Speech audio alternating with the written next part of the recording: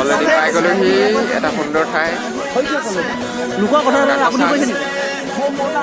লোকৰ কথা কচাম বুলি কয় নেকি? ৰাজাং বুলি কয় আৰু বৰ ধুনীয়া জেগা দেখাই থাকিম বাৰু আপোনালোকক।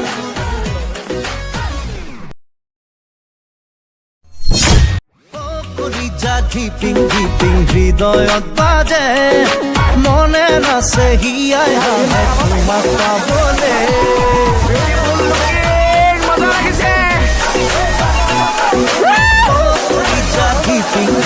হৃদয়ত বাজে মনে নাচে হিয়াই হাঁহে তোমাক পাবলে